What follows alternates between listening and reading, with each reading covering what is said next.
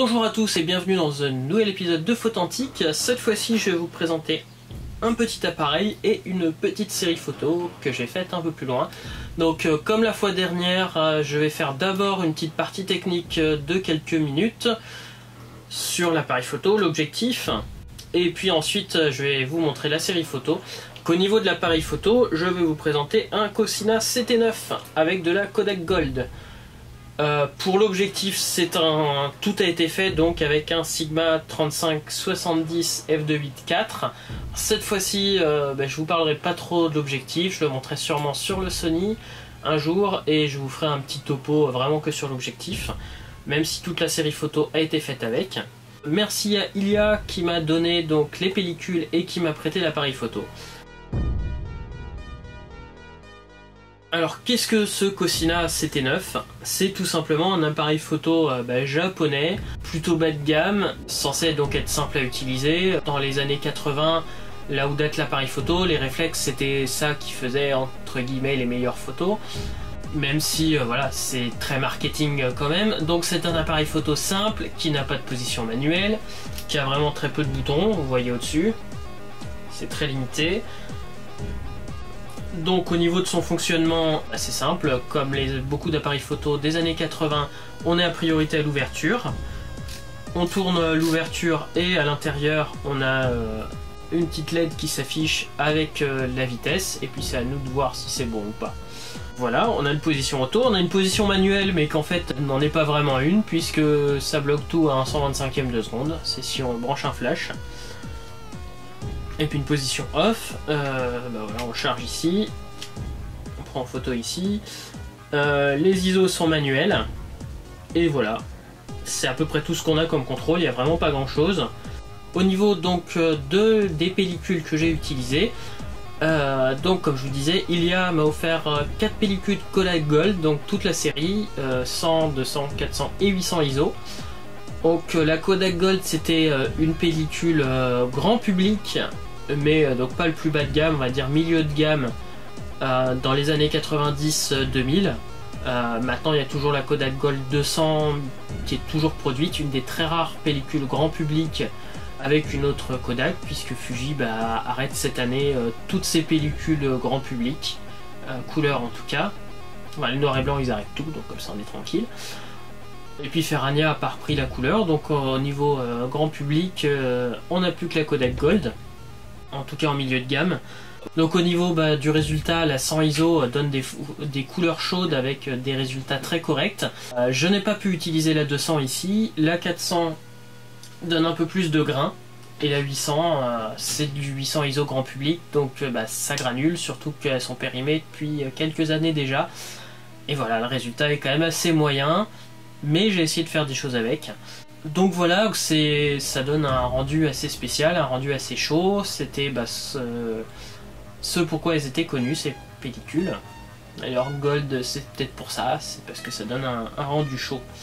Donc voilà. Et au niveau des séries photos,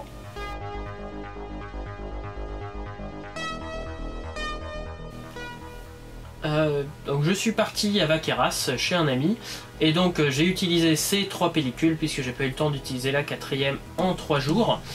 Et voici une petite carter qu'il a construit. Donc les carters, comme j'avais dit dans un épisode précédent, c'est des petits dômes en chaux chanvre pour faire une chambre, une petite cabane de jardin, etc. C'est vraiment super, c'est écologique et c'est super beau. Ou juste pour en faire une sculpture. Donc je referai une série sur sa carter terminée au mois de mai. En attendant, voilà son état en novembre. Et on est passé donc ce qu'il y avait dans le coin, puisqu'il y avait une mine d'ocre et quelques vignes. Donc je vous affiche en bas quelle pellicule c'était.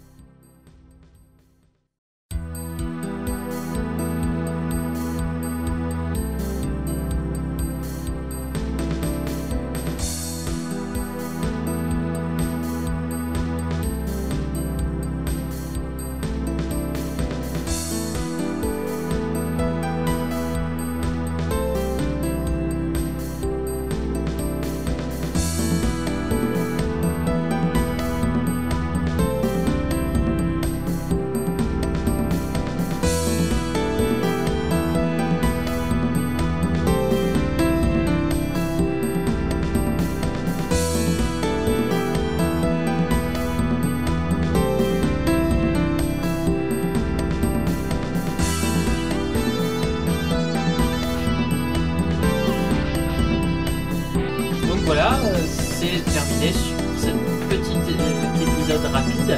Donc comme je vous le disais, il y aura en mai ou en juin, selon quand je vais pouvoir la monter, une série photo, je ne sais pas encore avec quel appareil photo, mais avec un appareil photo ancien en argentique, plus une petite vidéo pour présenter sa Carter, donc là qui sera faite en numérique, avec une visite virtuelle, etc. Donc je vais vous présenter sur cette chaîne 2 vidéos sur sa Carter, et il y aura même le lien avec le site internet pour réserver.